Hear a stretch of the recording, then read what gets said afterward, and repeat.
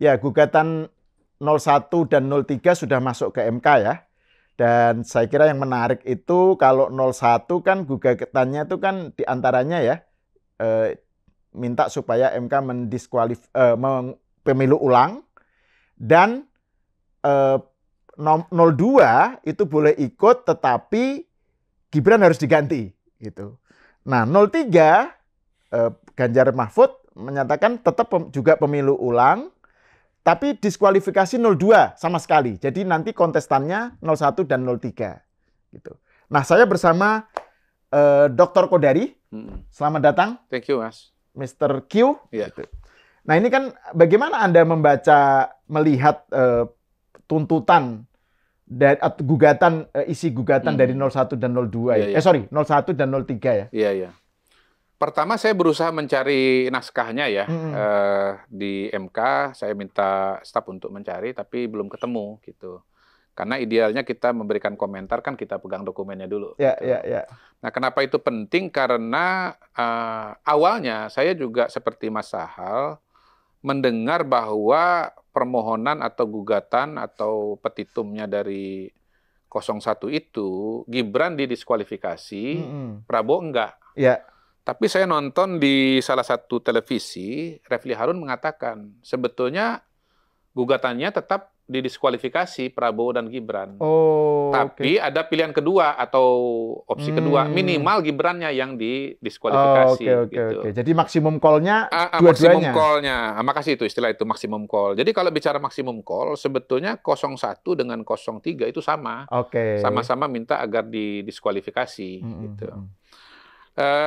Jadi permohonan 0103 ini kelihatannya itu mirip ya. Pertama didiskualifikasi, yang kedua karena didiskualifikasi, lalu ada pemilihan atau pencoblosan ulang, di mana yang boleh ikut cuma 0103 gitu.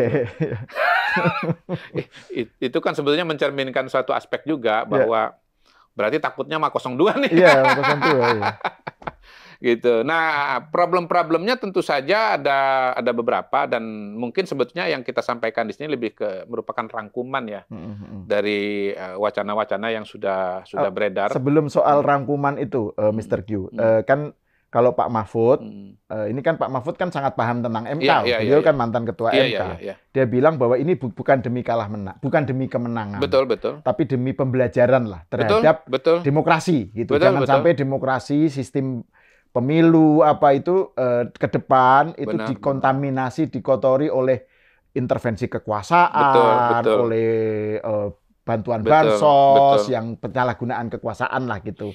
Jadi itu jadi yang dinyatakan Pak Mahfud di podcastnya Pak Renald ya. Iya, pokoknya ada di beritanya lah gitu. Ya. Nah, terus yang menarik juga pernyataan Prof. Yusril, Pak Yusril sebagai ketua tim legalnya 02 ya. Dia bilang ini kok 01 dan 03 mengajukan gugatan ke MK, tapi yang digugat itu sesuatu yang dikukuhkan oleh MK. Iya. Ini kayak melawan MK. Jadi menggugat ke MK, tapi mempertanyakan atau minta supaya MK membatalkan keputusannya MK sendiri gitu. Benar. Jadi ini ada hal-hal itu. Itu yang sebagai background aja. Oke, lanjutkan. Kalau rangkumannya gimana terhadap pandangan Anda terhadap gugatan 01 dan 03? Iya. Sebetulnya rangkuman ini belum lengkap karena kita belum mendengarkan pernyataan dari pengacaranya KPU ya. Oke. Kita ini kan pada hari ini kan seolah-olah tersihir bahwa ini berhadapan antara 01, 03 dengan 02. Padahal sesungguhnya permohonan atau gugatan di MK itu antara 01, 03 dengan KPU. Dengan KPU. Iya. Nah, ini kita belum dengar nih omongan KPU. Jadi ya rangkuman kita ini sebetulnya belum bisa lengkap karena kita belum mendengar pengacara KPU itu ngomong. Bahkan kita belum tahu pengacaranya KPU siapa. Kalau 02 kan pimpinan Pak Yusril, 01 kan Ari Yusuf Amir, 03 kan Todung Mulya Lubis gitu. Ini kita belum tahu dari KPU ini siapa. Yang kedua yang penting menurut saya kalau kita melihat pernyataan atau respon dari 02 adalah satu bahwa ini dari Pak Oto Hasibuan bahwa ini salah kamar istilah beliau itu. Harusnya masalah-masalah proses itu adanya di Bawaslu, diajukan di Bawaslu, bukan di Mahkamah Konstitusi. Karena Mahkamah Konstitusi itu strictly mengenai hasil. Bahkan dia mengatakan, karena dia sudah membaca gugatan dari 01, dia mengatakan bahkan aturan-aturan yang dimintakan oleh MK, misalnya mengatakan ini angkanya berapa, oleh KPU berapa, harusnya berapa menurut 01, dan kalau ada perubahan maka implikasinya, ya misalnya ini 2 putaran gitu. Atau misalnya 01, 02 kalah misalnya gitu. Itu nggak ada. Itu nggak ada. Jadi hal yang paling mendasar dari hukum acara, katakanlah begitu, sebetulnya dalam permohonannya di 01 itu tidak terpenuhi. Kalau menurut Pak Oto Hasibuan. Gitu. Nah, kalau menurut menurut Bang Hotman Paris Hutapea, sebetulnya argumentasi ini semua gagal berdasarkan tindakan. Gitu. Yang tadi Sahal bilang, ada 2 tindakan yang menunjukkan bahwa sebetulnya ini persoalan sudah diakui legal gitu oleh 01 dan 03 sendiri, yaitu ketika adanya pengambilan nomor urut gitu. Bahkan kalau kita ingat semua ketua partai pendukung calon waktu itu hadir, termasuk misalnya dari PDIP ada Ibu Mega kan gitu. Nah, waktu itu Anda nggak protes kok bahwa bahwa Gibran ini misalnya tidak berhak gitu kan, harus didiskualifikasi, Anda tidak berhak gitu. Prabowo juga tidak berhak, Anda harusnya diskualifikasi. Nggak ada. Pada proses itu nggak ada. Yang kedua pada acara debat. Jadi kalau Bang Hotman mengatakan pada 2 kesempatan, kalau menurut saya pada 6 kesempatan. Karena acara debat kandidat ada 5 kali. 5 kali, ya. Dan ada khusus wapres lagi, 2 wapres, 3 kali capres kan? Betul. Gitu. Jadi ada 6 momentum, Pak, setidaknya di mana mereka ini bertiga ini bareng-bareng dalam satu panggung gitu. Dan tidak ada gugatan di situ. Nah, saya nambahin nih, saya bukan orang hukum, tapi saya nambahin dari apa yang disampaikan oleh Bang Hotman. Bahwa kalau memang Anda tidak puas atau merasa bahwa Prabowo atau Gibran dua-duanya atau salah satu tidak memenuhi persyaratan, harusnya Anda sudah mengajukan gugatan, misalnya ke Petun, gitu loh. Bahwa orang ini tidak memenuhi persyaratan. Anda jangan masuk dulu kepada proses-proses selanjutnya. Nah, kalau ada di gugatan di Petun, hemat saya, proses-proses selanjutnya seperti misalnya katakanlah debat kandidat, gitu ya, atau penetapan calon, itu bisa ditunda loh. Jadi kalau ada keberatan, yang betul-betul genuine keberatan, substansial sifatnya terhadap kualifikasi bagi Prabowo dan atau Gibran untuk maju sebagai calon presiden dan wakil presiden, Anda harusnya sudah ajukan pada saat pendaftaran. Pada momen ya 2 orang itu mendaftar, Anda langsung masuk dengan gugatan bahwa 2 orang ini tidak boleh dikabulkan pendaftarannya karena dia tidak memenuhi persyaratan. Gitu. Nah, saya berusaha mengingat-ingat peristiwa-peristiwa yang relevan dengan ini, mungkin tidak persis, tetapi saya kira bisa dijadikan perbandingan adalah, misalnya kalau bicara Pilpres, Gus Dur itu tahun 2004 mau maju calon presiden. Oke. Wakilnya waktu itu Marwah Daud Ibrahim, diwacanakan. Ibu Marwah Daud Ibrahim. Tapi kan Gus Dur tidak diterima permohonannya oleh KPU karena dianggap tidak memenuhi syarat kesehatan. Seingat saya Gus Dur mengajukan gugatan atau berusaha mengajukan gugatan ke Petun. Saya lupa ini mana yang dilakukan. Apakah betul-betul maju lalu ditolak atau batal mengajukan permohonan. Rasa-rasanya yang kedua sih. Akhirnya Gus Dur waktu itu kira-kira realistis lah. Gitu. Ya sudahlah. Gitu. Tapi opsi itu sudah terpikirkan. Gitu ya. Harus soal kualifikasi itu harus dipersoalkan di Petun dulu. Menurut saya itulah contoh sebuah katakanlah keberatan yang genuine. Gitu loh. Kalau dalam konteks Gus Dur, dia yang merasa dirugikan dan dia menggugat KPU. Nah, contoh yang lain barangkali di Pilkada berkaitan dengan syarat pencalonan. Nah, seingat saya di Kalimantan Tengah itu pernah kejadian seorang calon gubernur itu kemudian atau pendaftaran calon gubernur itu mengalami penundaan akibat adanya dualisme dukungan partai politik. Jadi P3 pada saat itu, kalau tidak salah tahun 2010 ya, itu mengalami dualisme, 2010 atau 2015, itu mengalami dualisme, sehingga, 2015 atau 2020, maaf, 2015 atau 2020, mengalami dualisme, sehingga ada pengurus yang memberikan dukungan kepada Sugianto Sabran, ada juga yang memberikan dukungan kepada calon yang lainnya lagi. Gitu. Nah, karena ada dualisme begini, akhirnya terjadi kebingungan tuh di KPU. Siapa yang harus diterima? Nah, diproseslah di Petun. Yang menyebabkan akhirnya Pilkada Kalimantan Tengah itu ditunda 2 bulan atau 3 bulan untuk menyelesaikan masalah gugatan hukumnya. Nah, kalau kemudian proses politiknya, proses hukumnya semua sudah berjalan, ya tadi sudah diuraikan di depan, sudah sama-sama ngambil nomor urut, senyum-senyum, ya kan, sudah berdebat habis-habisan, sudah kasih nilai. Ganjar kasih nilai 5 dari 10 kepada Pak Prabowo. Anies kasih nilai 11 dari 100. Habis itu salaman, gitu. Calon presiden 3 kali, calon wakil presiden 2 kali. Sengaja saya panjang-panjangin. Ya, untuk meng-highlight. Ya, untuk menjelaskan gitu loh. Bahwa proses ini sudah berjalan, Anda tidak pernah mengajukan gugatan, nggak pernah mengajukan proses hukum secara formal. Lalu kalau sekarang Anda setelah KPU menetapkan hasil dan Anda kalah, lalu Anda tiba-tiba minta diskualifikasi, ini sesungguhnya keberatan yang bersifat substansial atau karena Anda sudah kalah gitu loh. Nah, menurut saya ini sangat penting secara sosiologi politik untuk didengarkan oleh masyarakat Indonesia. Agar mereka memahami, mau pendukung 02, 01, 03, Anda harus tahu, harus memahami konteks hukumnya dan konteks peristiwanya untuk mengatakan ini sebetulnya gugatan yang legitimate atau mohon maaf tidak legitimate gitu loh. Terutama penting bagi pendukung 0 dan 01 dan 03 gitu. Kalau kandidat Anda itu betul-betul keberatan dan merasa bahwa calon dari 02 ini tidak memenuhi persyaratan, lo Anda kan harusnya mengajukan proses legal formal, mengajukan gugatan ke Petun. Tapi kan nyatanya sampai hari ini kan selama ini kan nggak ada gitu loh. Jadi sebetulnya ini argumentasi yang menurut saya sangat-sangat tidak mendasar. Dan saya sangat yakin bahwa Hakim Konstitusi juga akan melihat hal yang sama seperti yang kita sampaikan gitu. Mudah-mudahan Hakim Konstitusi juga nonton ini. Gitu loh. Tapi menurut saya sih nggak usah nonton ini pun juga mereka udah paham. Udah tahu gitu loh. Yang kedua, kalau kita bicara syarat-syarat formil bahwa Mahkamah Konstitusi ini memang mengatur mengenai hasil yang bisa mengubah pemenang gitu. Makanya tadi dalam proses gugatan itu harus mencantumkan angka-angka.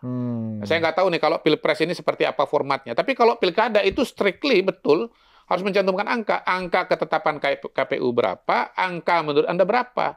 Makanya lawannya bersidang itu adalah KPU, bukan paslon.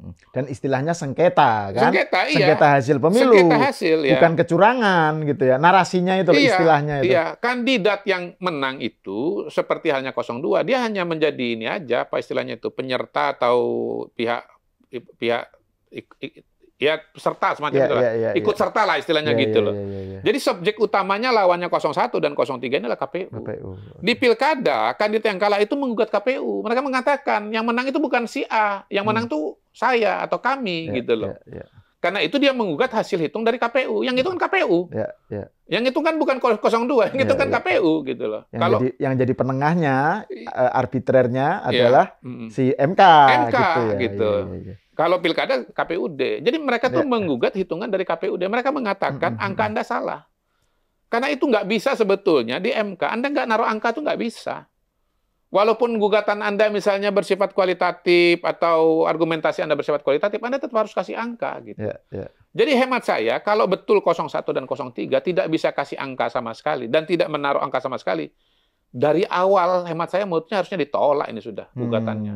Karena secara administratif ya sebetulnya tidak memenuhi persyaratan kalau menurut saya. Kalau konsekuen loh, ya kan? Ini kan sengketa hasil. Hasil itu bentuknya apa? Angka. Anda harus kasih angka. Jadi kalau Anda nggak kasih angka, udah nggak usah masuk dalam ruang sidang deh. kan di dalam sidang-sidang MK itu tidak semua permohonan kan langsung disidangkan, diterima kan. Dilihat dulu syarat-syarat formilnya itu terpenuhi atau tidak gitu loh. Kalau syarat formilnya tidak terpenuhi, misalnya legal standing-nya nggak memenuhi syarat, ini legal standing-nya memenuhi, tapi mungkin aspek-aspek formal lainnya itu tidak terpenuhi, nggak bisa. Mungkin harus undang ahli hukum atau hukum tata negara ke sini untuk menjelaskan lebih detail teknisnya gitu. Ya kita ini kan highlight aja yang kira-kira sesama orang non hukum ya berbicara kepada teman-teman atau masyarakat yang non hukum lah gitu. Nah, belum lagi kalau kita akhirnya bicara apa yang disampaikan oleh Bang Yusril gitu. Mereka ini menggugat keputusan yang notabene diputuskan oleh MK sendiri. Nah, pada titik itulah bisa dikatakan bahwa 01 dan 03 sedang melawan MK. Dia mau mengatakan kepada MK yang memutuskan bahwa Gibran ya itu lolos, Anda mengatakan bahwa keputusan Anda ya harus dibatalkan. Iya. Sementara semua orang di Mahkamah Konstitusi tahu persis bahwa keputusan di MK itu final and binding. Dan gitu. itu dikatakan sendiri oleh Pak Mahfud, oleh para kontestan saat itu kan. Betul. Jadi etikanya soal aspek etik dipertanyakan, itu, tapi aspek hukum itu diterima. Nah, makasih itu insight menurut saya. Barangkali itu yang menyebabkan kenapa pada waktu itu mereka tidak maju ke petun.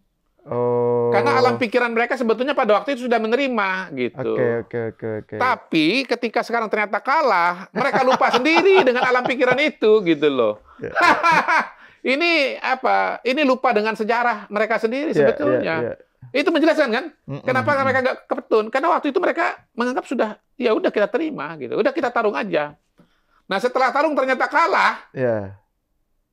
Ya, cari akal lah untuk mengatakan bahwa ini harus ada pemilihan ulang. Gitu. Nah, soal pemilihan ulang juga nih, Mr. Q, kan Anda di kesempatan satu podcast kan bilang bahwa kalau misalnya pemilihan ulang, itu implikasinya kan jadi itu Pak Jokowi harus diperpanjang jabatannya. Ini bisa dijelaskan?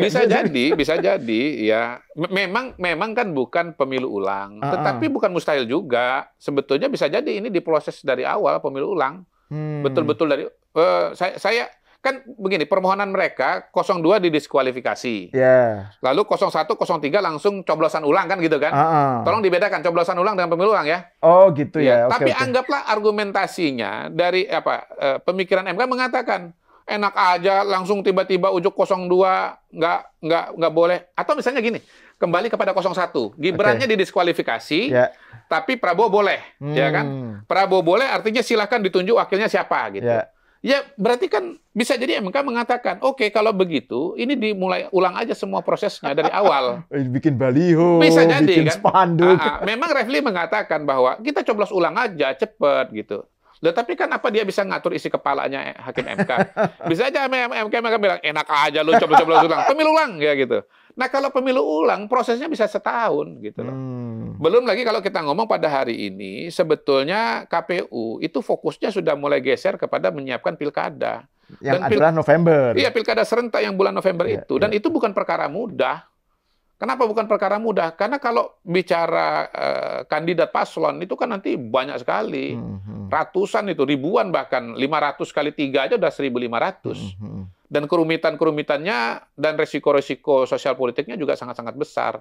Jadi saya yakin kalaupun misalnya ada ketok palu gitu ya, coblos ulang atau pemilu ulang, itu tidak mungkin dilaksanakan sebelum pilkada ulang diselenggarakan. Nah, pilkada ulangnya bulan November. Sementara masa jabatan presiden berakhir bulan Oktober. Kalau memang ada pemilu ulang, apalagi Pak Prabowo nggak boleh ikut, berarti kan Pak Prabowo nggak bisa dilantik bulan Oktober nanti. Kalau Pak Prabowo bisa dilantik, berarti harus ada yang melanjutkan presiden. Nah, dari segala kalkulasi menurut saya, baik hukum maupun politik, kemungkinan besar kalau ini diperpanjang, presidennya Jokowi lagi. Mau nggak lu? Jadi malah jangan-jangan tanpa mereka sadari, mereka menyetujui ide perpanjangan panjangan presiden 2 tahun. Betul. Berarti Anda setuju dengan Pak Luhut dan Bahlil Lahadalia gitu loh. Iya. Saya sebagai pendukung 3 periode itu tidak terakomodasi di sini. Tapi Luhut dan Bahlil itu terakomodasi gitu. Ya sudah, saya sih maklum-maklum aja. Walaupun dalam proses 2021 itu ya kami dan teman-teman di Jokpro itu menolak ide perpanjangan masa jabatan karena kami tidak melihat pintu hukumnya. Gitu. Tapi kalau misalnya ini betul-betul terjadi, menurut saya tercipta kekosongan hukum loh. Nah, kekosongan ini juga kekuasaan, vacuum of power. Iya, kekosongan hukum. Kekosongan hukum ya. Kekosongan hukum. Iya. Kekosongan hukum. Ini tadi ini menjelang buka malah semangat. Bukan cuma kekosongan kekuasaan, kekosongan hukum. Jadi kan kita dalam episode sebelumnya udah membahas bahwa konstitusi kita ini banyak kelemahannya ya. Nah, salah satu yang belum diatur itu adalah kalau misalnya masa jabatan itu sudah berakhir, tapi belum ada presiden terpilih, apa yang akan terjadi? Nggak ada itu. Kosong hukum kita. Ya, nggak bisa tuh kemudian tiba-tiba Anda mengatakan, ya udah diperpanjang aja. Nggak bisa, bos. Karena udah selesai dia. Nah, ini karena berpikir kurang panjang itu. Kemampuan proyeksi rendah itu loh. Makanya kalah itu loh.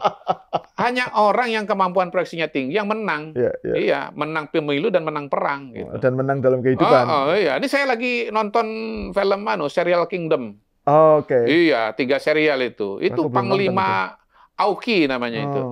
Ini cerita tentang tentang kerajaan di Cina, tapi yang main di Netflix, tapi yang buat orang-orang Jepang gitu. Iya. Jadi bersaing antara negara Qin melawan serangan dari negara Chao gitu. Itu panglima paling hebat itu yang punya kemampuan proyeksi paling panjang gitu.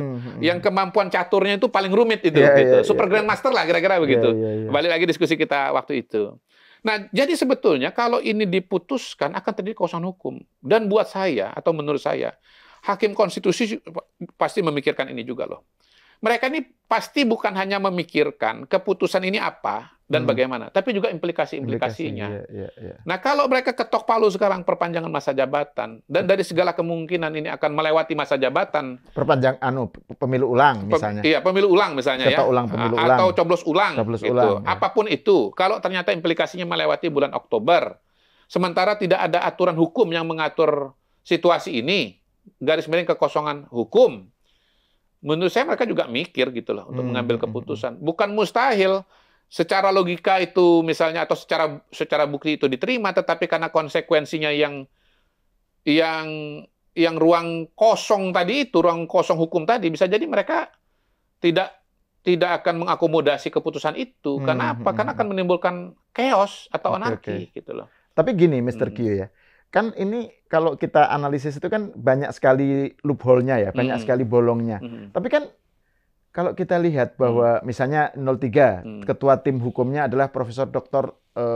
Mulya Lubis, lawyer senior kan, ahli hukum yang pilih tanding lah gitu. 03 juga ada Pak Mahfud, mantan ketua MK, yang juga pasti sudah tahu lah tentang bagaimana seluk-beluk gugatan ke MK dan apa yang akan diputuskan, apa cara berpikirnya MK itu seperti apa gitu. 01 juga kan ada Refli Harun, ada apa. Nah, tapi kan isi gugatannya seperti itu. Itu maksud saya, dan Pak Mahfud kan tadi bilang ini bukan soal menang kalah, tapi soal pembelajaran tentang masa depan demokrasi atau apa. Maksud saya loophole seperti itu masa nggak dilihat sih oleh mereka gitu loh? Ya, kan ya sebetulnya ini hanya politis. Ini politis. Ini proses hukum, tapi sesungguhnya nuansanya dan motifnya hukum, motifnya politik gitu. Karena mau masuk dari arena apa? Kan kita ini sudah pada hari ini kita sudah mendengarkan argumentasi-argumentasi yang diulang-ulang, walaupun argumentasi itu sangat-sangat tidak masuk akal dan betul-betul tidak sesuai dengan realita. Kalau kita lihat Mas Hasto misalnya berkali-kali, termasuk kemarin kalau nggak salah nonton saya di iNews, beliau masih bicara itu bahwa di luar negeri 03 itu menang. Sementara fakta sekeras-kerasnya yang menang adalah 02. Kok masih ngomong begitu? Ya karena dia menyandarkan diri pada suatu argumentasi yang datanya itu gini, dia berpegangan pada argumentasi sedemikian rupa sehingga ketika faktanya nggak sesuai dengan itu, dia tidak berpegang dengan itu. Dan dia paksakan fakta yang palsu itu gitu loh. Bahkan dia pegang hoax demi dia berpegang pada argumentasinya dia.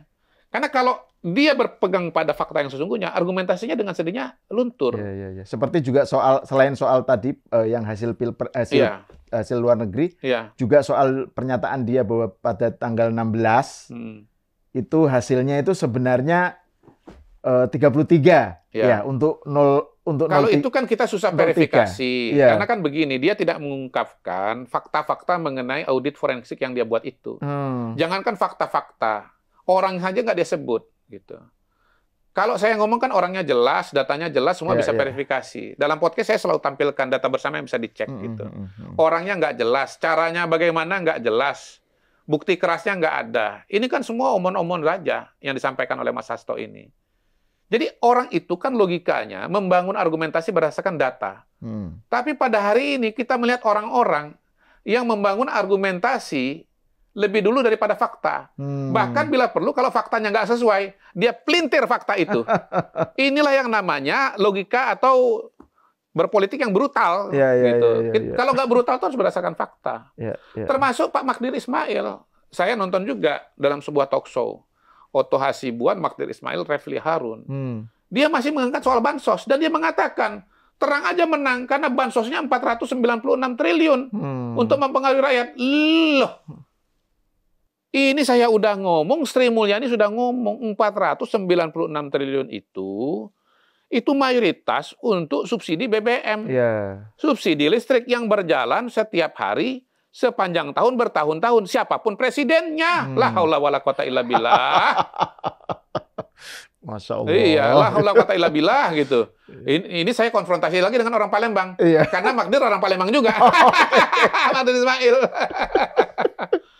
Iya, udah dijelaskan berkali-kali bahwa yang namanya dana perlindungan sosial garis miring bansos itu mayoritas adalah subsidi BBM. Itu loh. Kita sudah pernah diskusi ini kan? Iya, berkali-kali. Dan akhirnya Bu Sri Mulyani kan lebih dulu kita loh ngomong daripada Bu Sri Mulyani. Subsidi pendidikan, subsidi kesehatan. Nah, itu sendiri kan artinya begini, argumentasinya pun kalau kita masuk ke wilayah argumentasi, kita nggak masuk persyaratan ya, atau salah kamar segala macam itu. Kita masuk kepada gugatannya pun, itu juga semuanya sebetulnya udah rontok semua. Gitu. Termasuk ya soal Hasto tadi, yang kenapa dia bertahan betul kepada soal apa, kenapa dia mengutip hoaks bahwa Ganjar Mahfud menang itu, karena itulah argumentasi dasarnya dia. Dia kan mengatakan bahwa Ganjar Mahfud di dalam negeri suaranya kecil sekali ya, dan Prabowo Gibran suaranya besar menang itu karena ada bansos, ada tekanan TNI, ada tekanan Polri, ada mobilisasi kepala desa. Nah, sementara di luar negeri ketika tidak ada bansos, tidak ada aparat TNI, tidak ada aparat Polri, tidak ada kepala desa, Ganjar menang. Dilala di sana, di luar negeri itu 128 PPLN di seluruh dunia itu, sedunia itu. Sedunia itu.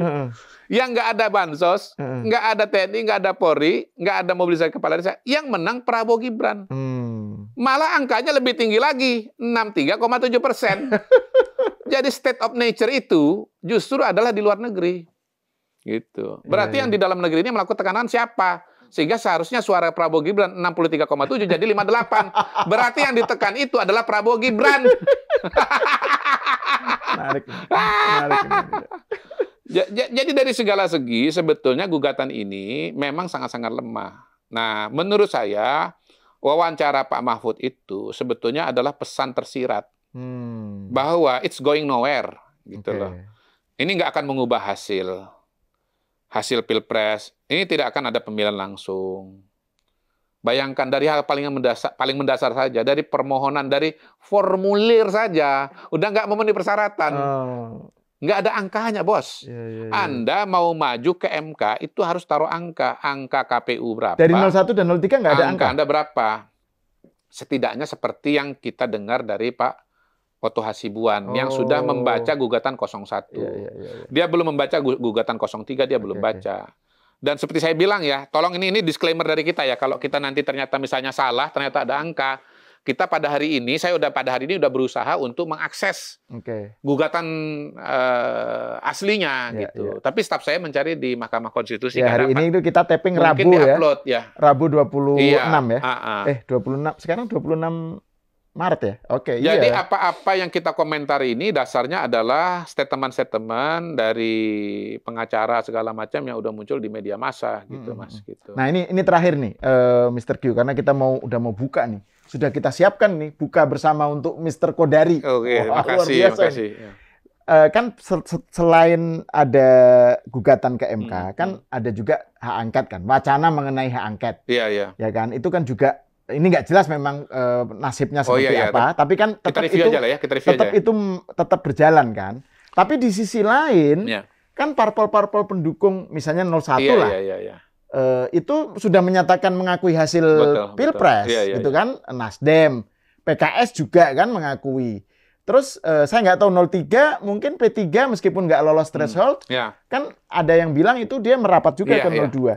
Jadi ini dengan parpol yang mereteli, katakan aja gitu. Terus kemudian hak angket yang nggak jelas ini, menurut Anda gimana ini mengaitkan secara intertekstual antara gerakan angket melalui DPR dengan ke MK ini? Ya, intertekstual itu bahasa kalam itu. Iya, itu bahasa kalam. Bahasa apa namanya?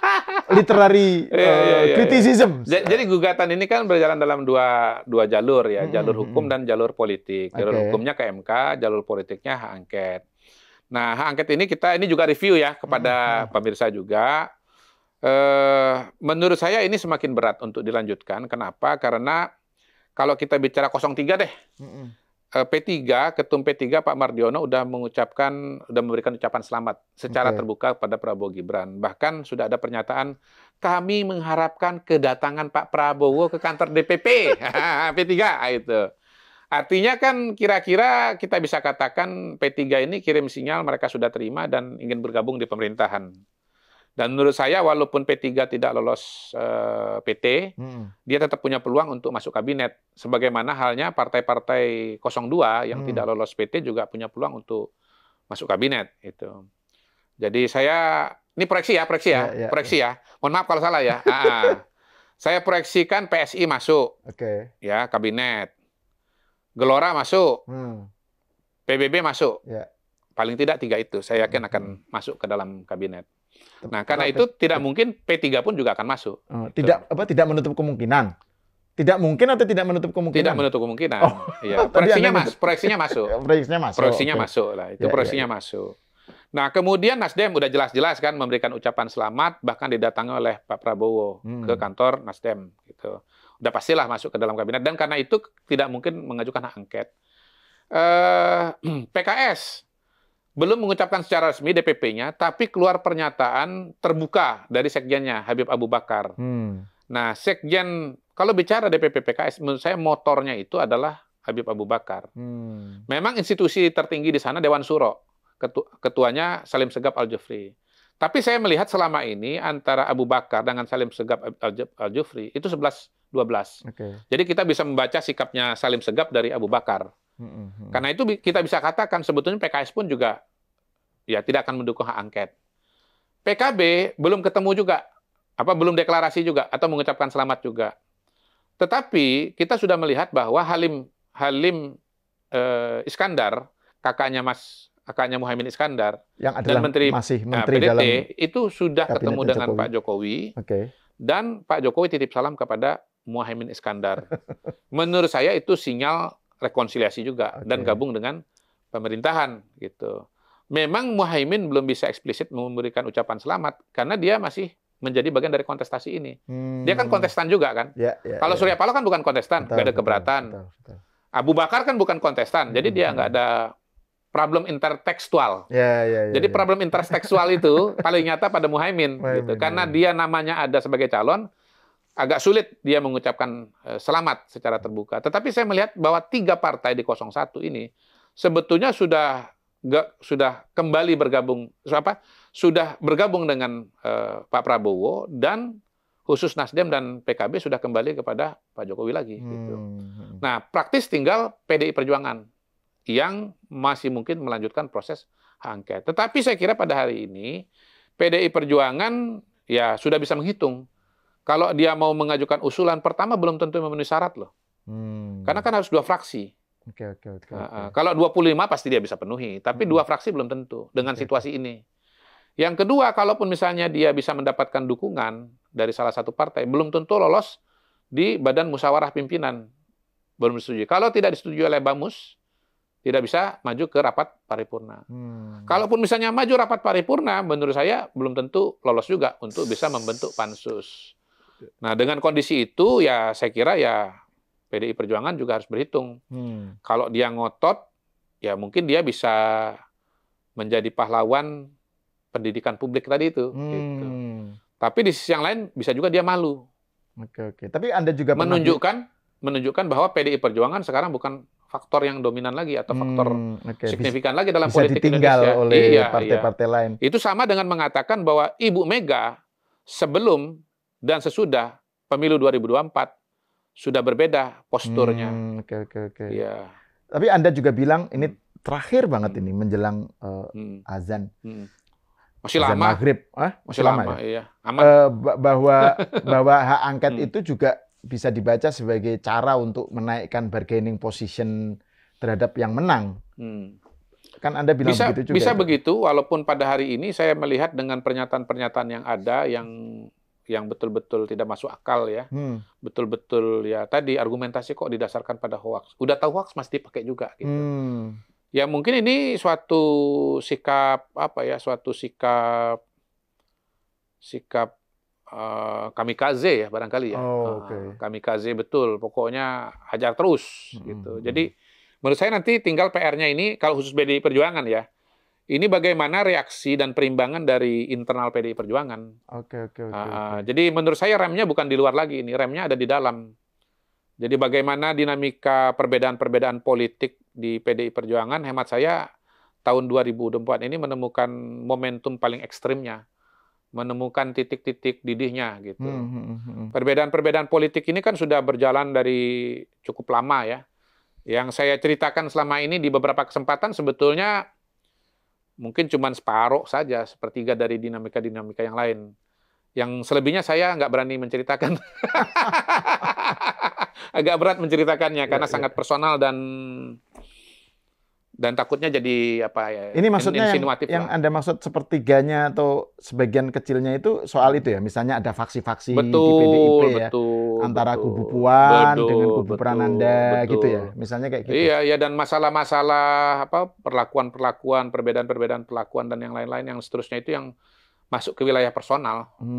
Jadi pertarungan di PDI Perjuangan itu pada hari ini bukan cuma sekedar perbedaan cara berpikir ya, atau perbedaan sikap politik atau agenda politik, tapi juga sebetulnya ada warna-warna sejarah masa lalu dan hubungan-hubungan pribadi barangkali gitu. Dan tapi menurut saya itu sesuatu yang wajar ya. Di keluarga begitu, di perusahaan juga begitu. Bahwa di kantor juga begitu kan, office politics ya. Perbedaan-perbedaan itu bukan hanya perbedaan cara pikir, perbedaan kepentingan, tapi juga ada dinamika pribadi dan individu di situ. Ya. Dan itu juga membutuhkan satu episode tersendiri itu untuk membahas soal PDIP dan Megawati dan Hasto dan Mbak Puan. Nah, itu. Oke, terima kasih Mr. Q atas Mr. Kodari atas obrolannya, pemirsa. Sampai di sini dulu. Kita berjumpa lagi di kesempatan selanjutnya.